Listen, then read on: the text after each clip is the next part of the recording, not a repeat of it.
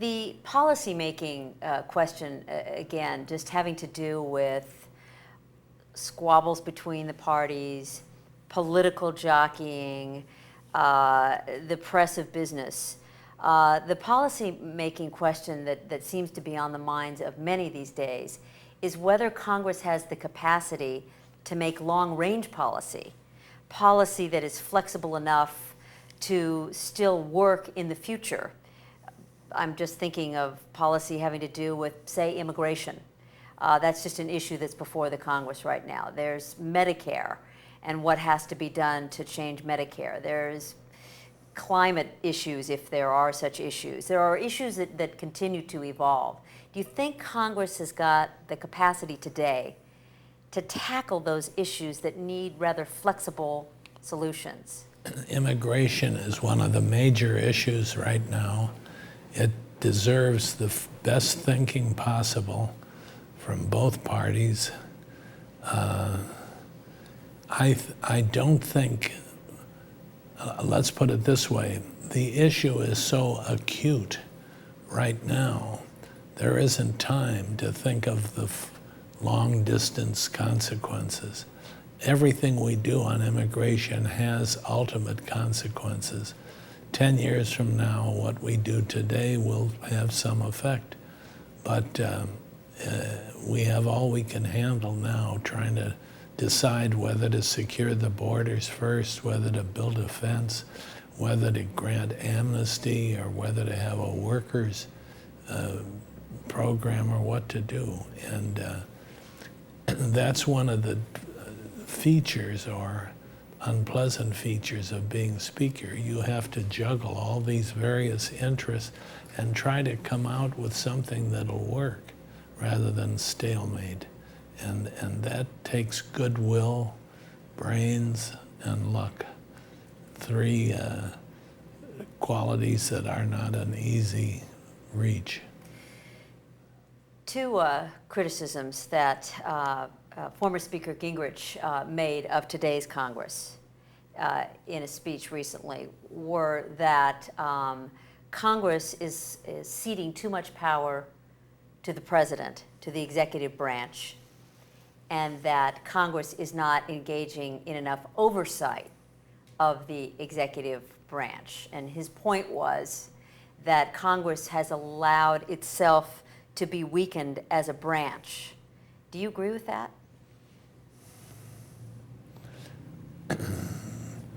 Perhaps, not wholeheartedly. There's only so much you can do. Oversight requires some cooperation from the agency that you're overseeing. And sometimes it's they drag their feet. You can wait weeks and months to get an answer to a communication. I think each committee should have an oversight subcommittee, and they should have resources and subpoena a few records occasionally. I think we could do more on oversight. People say that Congress is polarized these days, but I've heard some say that polarization is a good thing, that sharply defined views is healthy for democracy. And if you were there for Mr. DeLay's farewell speech, he spoke disparagingly of compromise because it dilutes principle in some cases.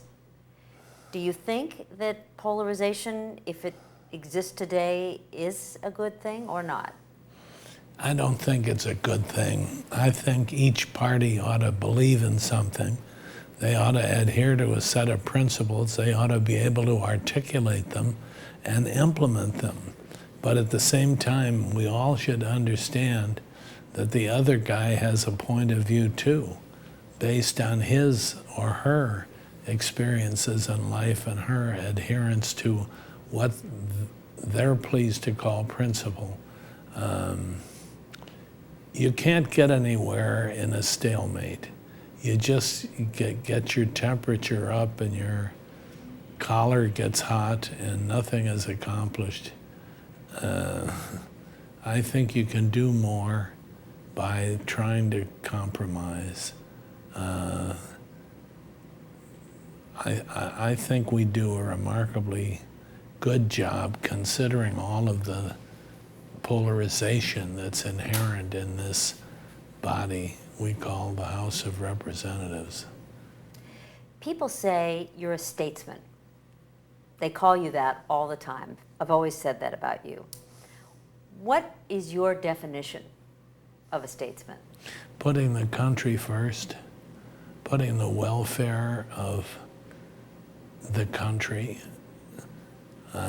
There are times when your personal, take for example Central America, when we were fighting to keep Castro's hands out of Nicaragua. That was not a very popular struggle. I think it's putting principle ahead of personal gain or political gain. That's what a statesman would do. And do you think that there are many statesmen in Congress? I think there are lots of potential statesmen. I think there's some pretty good people here, really outstanding. Duncan Hunter is a man of high principle and courage in a very tough job. We're lucky to have him. There are a lot of good people. I resent seeing cartoons that characterize Congress as a failure or as a fun house of some kind. There's a guy who's doing cartoons for the Washington Post that loves to generalize that all of Congress are stumblebums and crooks and bribe takers. There are a few, but my goodness, the good Lord had 12 apostles, one of whom went wrong. 1/12, I guess we should be allowed that. But there are lots of awfully good people, family people, with a sense of sacrifice and devotion to our country, and they don't get recognized like they should. So do you think that the complaints about lobbyists playing too much of a role in writing legislation and having too much access are overblown? I don't know that you can have too much access in our country. I mean, you should be available to talk to people. It depends on the moral character of the member. A lobbyist wants to talk to me about something. He may know something I need to know or may not. But a lot of in a business that you have to raise money all the time, I don't know how you do that unless you talk to the people who have the money. Well, you're one of the people who didn't like to raise money. I thought that's Well, why you didn't run for the Senate. I hate fundraising, having your hand out. Really, it is the least charming thing you have to do in this business, but it's a necessary evil. Do you think there's too much money, though, in the system? Oh yeah, yeah. I think when you start talking $1.5 million in an ordinary district, you know, that's big dough. And why is that not a good thing? Well, people don't give you money all the time unless they want something. Now, there are other contributors who like you, and they like what you stand for, and they want to see you return to office. Those are the good guys. But those who say, vote for me on this, and I'll give you a check, that's bad. Final question here. When you leave, when you finally pull away from this place, what do you think you're going to miss the most? The chamber, standing there and looking over the chamber and all those people It's trying to get attention, Mr. Speaker. I have a amendment at the desk. I'll miss all that. I'll miss this whole place. I'll miss looking at the Capitol as you drive up. This is, we are the custodians of democracy here. The whole world envies us, even though we don't envy ourselves. The world does. Tear up the immigration laws, you'd see the biggest swimming match you ever could imagine across the Atlantic and the Pacific. It's a great country, and it's an honor to have been here, and it was all too fast. Thank you, sir. Thank you.